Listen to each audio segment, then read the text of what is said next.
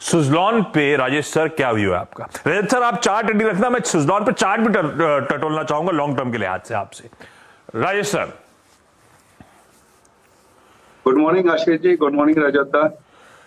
आपने सही कहा कि लोगों को ऐसा लगता है कि ये मल्टी बैगर है, वो मल्टी बैगर है, ऐसे इतिहास हमेशा चलते रहते हैं। बट मेरा ये अनुभव रहा है कि मल्टी बैगर ऐसे दिखते नहीं है। आपको लगता है कि कंपनी स्ट्रांग है, आगे अच्छा परफॉर्म करेगी, बट आपको तिमाही दर तिमाही नतीजे, कंपनी की प्रोग्रेस, कंपनी के अनाउंसमेंट्स, कई चीजें देखती रहनी पड़ती हैं, उसको फॉलो रखते रहना पड़ता है, उसके बाद ही जाके मल्टी बैगर होता है। शुरुआत में ही ऐसा नहीं लगता कि 1 का 100 हो जाएगा। वो सिर्फ बाजार में स्पेक्युलेटिव बातें होती है। फंडामेंटली आपको हर क्वार्टर्स के नतीजे और बाकी चीजों पर ध्यान रखना पड़ता है। अब जहां तक सुजलॉन की बात है, 52 हफ्ते का हाई लो 8 रुपया और 50 रुपया है, तो 8 रुपया से 40 रुपया तक अभी तक का सफर है। तो आज तक में ये कहा जा सकता है कि 5 गुना हो गया है, मल्टी बैगर बिल्कुल है।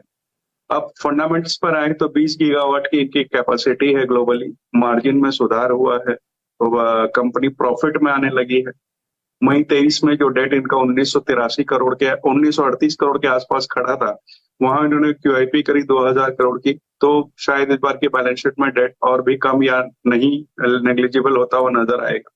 लेकिन दिक्कत ये है कि वैल्यूएशन अब बहुत स्ट्रेच हो गए। 40 रुपए के भाव में वो कंफर्ट नहीं आ रहा है कि इसमें खरीदारी की सलाह दी जाए। बल्कि मैं तो ये कहूंगा कि कोई अगर अच्छे मुनाफे पे बैठा है तो थोड़ी बहुत मुनाफा वसूली करनी चाहिए।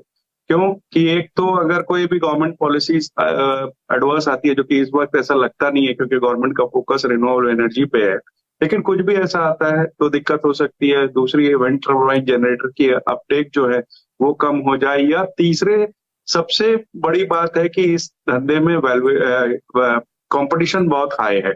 तो उस वजह से मुझे इस 40 रुपए में उतना कंफर्ट आता नहीं है। मैं यहाँ पे मुनाफा वसूली या बिक्री की ही सलाह दूं। यार सही बात, ये पॉजिटिव्स हैं। बहुत कुछ बदला पिछले 1 साल में, जिसके चलते स्टॉक री रेट हुआ, पर वो हो चुका। अब इन लेवल्स पे, जिस लेवल्स पे खड़ा है 40 ऑड के आसपास, वैल्यूएशंस जस्ट नहीं लगते हैं, स्ट्रेच्ड बहुत ज्यादा है। यहां पे जिनके पास है मुनाफा वसूली करें, बाकी फिलहाल के लिए दूर रहें। रजत, चार्ट्स पे कुछ और स्टोरी क्या? क्योंकि बहुत अच्छा रीरेट हुआ है, हायर लेवल्स पे कंसोलिडेट भी हो रहा है। आपका व्यू क्या बन रहा है? आप भी दूर रहोगे या लपक लूं? देखिए, मैं राजेश जी के संग पूरी तरह सहमत हूं, इसलिए कि करीब 1 साल पहले ये जून का 2023 का जून का फर्स्ट वीक में ये ऊपर मारा था और 14 का लेवल पार किया था। उस टाइम पे इसमें रिकॉर्ड वॉल्यूम दिखाई दिया था। वो रिकॉर्ड वॉल्यूम 300 करोड़ से ऊपर उसी हफ्ता में हुआ था। इसके बाद में ये जो 50 तक पहुंचा ना, ये रेगुलर बेसिस पे वीकली वॉल्यूम्स जो है वो डाउन होते जा रहा था और गाड़ी ऊपर चल रहे थे। अभी क्या है कि ये कोई कारण से 36 के नीचे चला जाए तो इसमें एक भारी करेक्शन हो सकता है, और 36 के नीचे जाने से वीकली चार्ट में क्लियर दिखाई दे रहा है एक हेड एंड शोल्डर पैटर्न बन रहा है। Irregular head and shoulder pattern है, लेकिन वो बेरिश पैटर्न है, वो नीचे जा सकता है। और जितना भी आप पॉजिटिव्स को कहेंगे, जैसा राजेश जी ने कहा, वो ऑलरेडी प्राइस में आ चुका है। अभी नया कुछ आएगा तो इसमें फिर से दम आ सकता है, नहीं तो मैं भी कहूंगा कि इसमें एक बार प्रॉफिट बुक कर लेना चाहिए।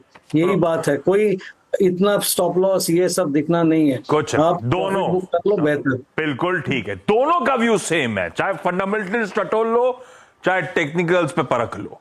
ये सेल वाला स्टॉक है, बेचना है, मुनाफा बांध के बैठ जाओ साइड पे, सही जोन है उसके लिहाज से। वैसे one of the highest equity base है सुजलॉन का, 1363 करोड़ आउटस्टैंडिंग शेयर्स, और रिटेल के पास ऑलमोस्ट 350 करोड़ शेयर्स हैं सुजलॉन एनर्जी के। शायद इसलिए भी रह रहे के सवाल आते हैं ऐसे।